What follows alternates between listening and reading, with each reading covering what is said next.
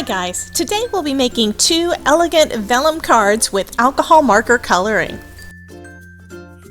Hello and welcome to Debbie J's Crafting Corner. I'm Debbie and each week I show you how you can create awesome cards and other crafty projects. Because if I can make it, you can too. So if you'd like to see more tutorials and inspirational videos, be sure to subscribe to my channel and hit the little bell to be notified every time I upload a new video. Today's video is part of this month's Card Hoppin video series that's being organized by the Handmade Happiness Facebook group. In case you're interested in joining us, I've added a link to the group in the description below. This month's theme is using your favorite colors with vellum or acetate. Well, since I wanted to do something a little different than my norm, I'm using vellum in my cards today. I'm also using a stamp set from the 2020 Stamptember release at Simon Says Stamp, but any floral stamp would work great for this. For my first card, I'm using my Tim Holtz stamp platform and stamping the image onto a 4 1/4 by 5 1/2 inch vellum panel using Wow embossing ink. I want to make sure that I get good ink coverage in exactly the right place, hence the stamp platform. I also made sure to use my anti-static powder tool before stamping.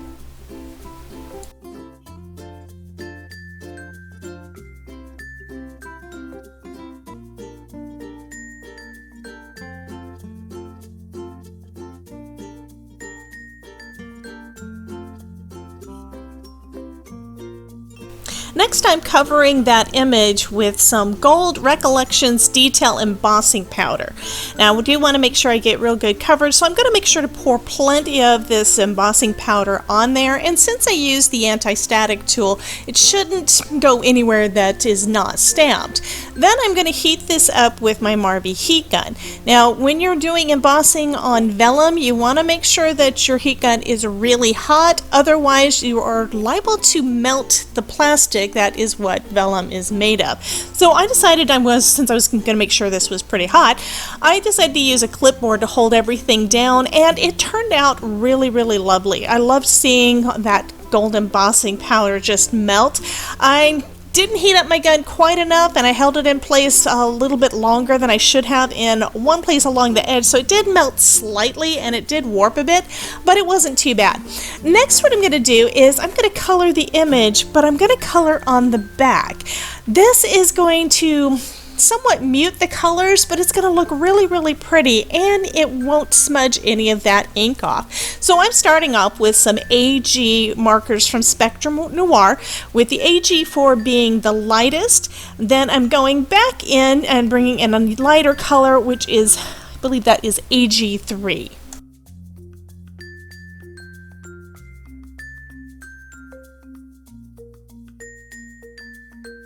For the tips of the leaves, I'm going back in with the AG1, and then I'm going to go back and basically brighten up all of those colors and finish up all the rest of the leaves. Now, you probably don't need to go back over it so many times. As I said before, this is on the back of the vellum, and it's going to give a muted tone, so you're really not going to see a lot of that extra definition. And here is a quick look at how that looks from the front. I just think that that is just so, so pretty.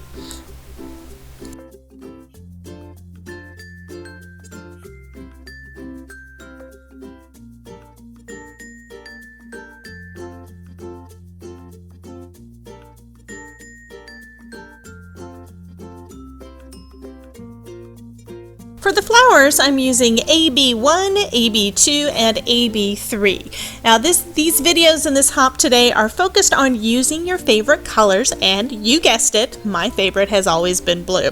Now over the last year or so, I've been leaning a little further towards a light tealish shade, so that's pretty much what I was trying to duplicate here. And you saw that I used the chisel nib on the AB1 to put that general color down.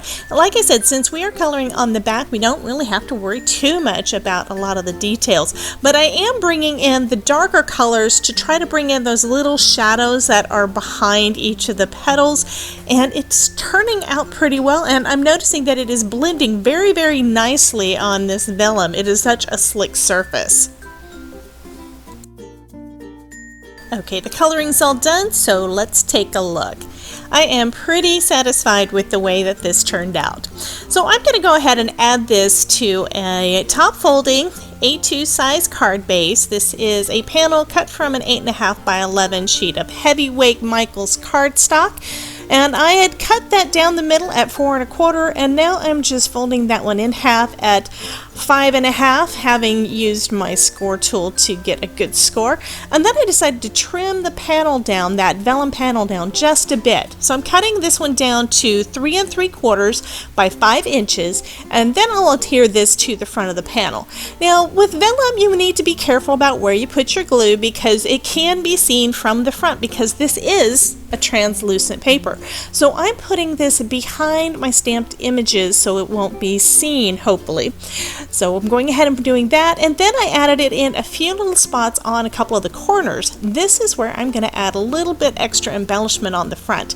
So now I'm just going to go ahead and center that in the middle of my A2 card base. And since it's liquid glue, I'm able to move it around just a touch, and it turned out wonderfully. This is so pretty. So now I'm going in and I am going to add a little more of that adhesive right on the corners, because that's a place that may not be as noticeable, and it'll help the panel stay down and hopefully not have any of the vellum curl up. I'm using some Nuvo drops in gold, which matches all of that embossing that we did, and I'm going to just add that right on top of those extra little dots that I put in those two corners. And now it's dressed up just a little bit and it covers our adhesive. So I did have to pick it up to be able to see the adhesive, but I think that this little trick worked out really well. As a final step on this card, I decided to add a little shimmer to the rose, so I'm using a Spectrum Noir shimmer pen over all of those little flowers.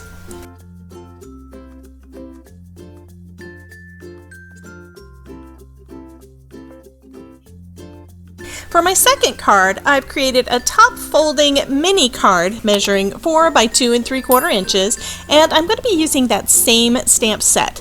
This time I've decided to stamp in black ink.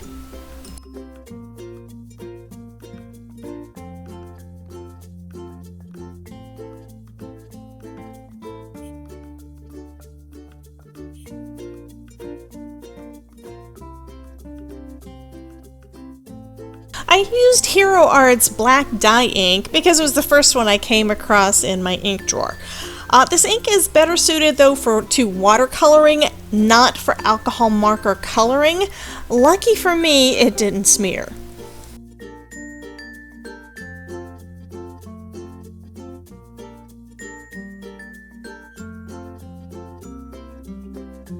I used the same markers to color the flowers and leaves in on this stamped image as well. So I'm using the AG family of markers for the leaves. That's AG4 for the darkest, AG3 for the mid-tone, and AG1 for the lightest.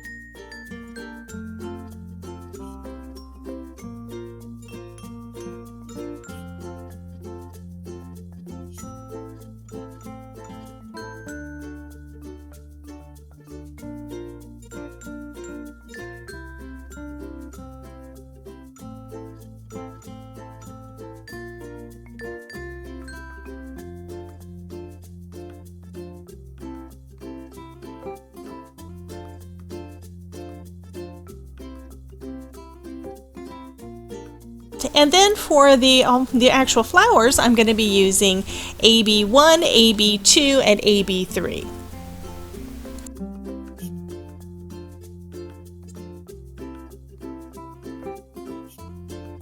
Now here's something I should have done before I started coloring altogether, and that's open up that little card so that the alcohol does not bleed all the way through. We all know that alcohol inks do tend to bleed because you're layering, you're basically putting multiple layers of the ink down, the alcohol ink down, in order to get a good blend. However, since it does bleed through onto the back of the front of that panel that you're already coloring on, it's possible it could also bleed onto the inside, which is the part that you're going to be writing your message in. And opening it up like this means that it'll only go through that one layer of cardstock. It won't go over onto your message area, if that makes sense. So I did do a little bit more on the trying to get a little deeper color. I brought in a BT marker to add just a little bit darker because the darkest of the ABs was that AB3, and it did add a little bit more dimension, but it probably wasn't necessary for this specific style of card. You'll see why in just a couple of minutes.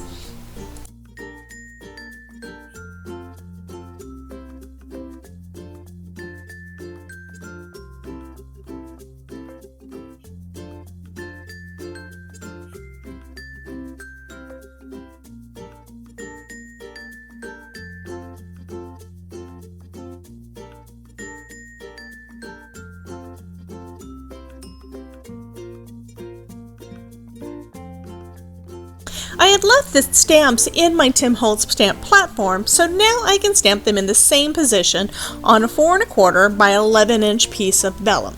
I did use my anti-powder static tool because I'm going to do some embossing on this panel as well, and I'm using that same WOW embossing ink.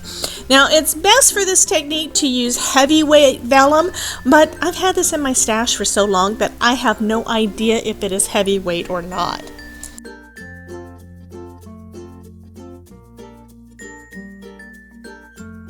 After stamping, I added that same Gold Recollections detail embossing powder, and I'm heating that again with my Marvy heat tool.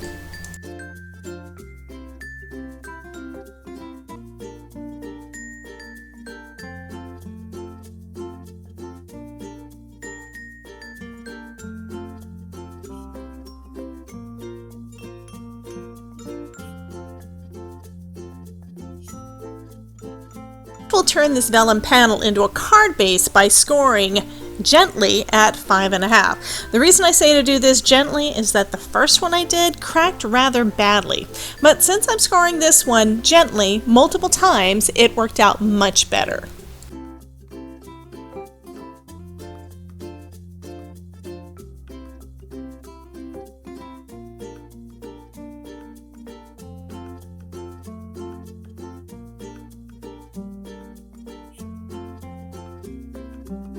Now we can assemble the card. I added some dot liner adhesive to the back of my mini card panel. And then I'm just lining up that image right behind that embossed image that's on the vellum. Then while we hold it in place, all we need to do is just close the card.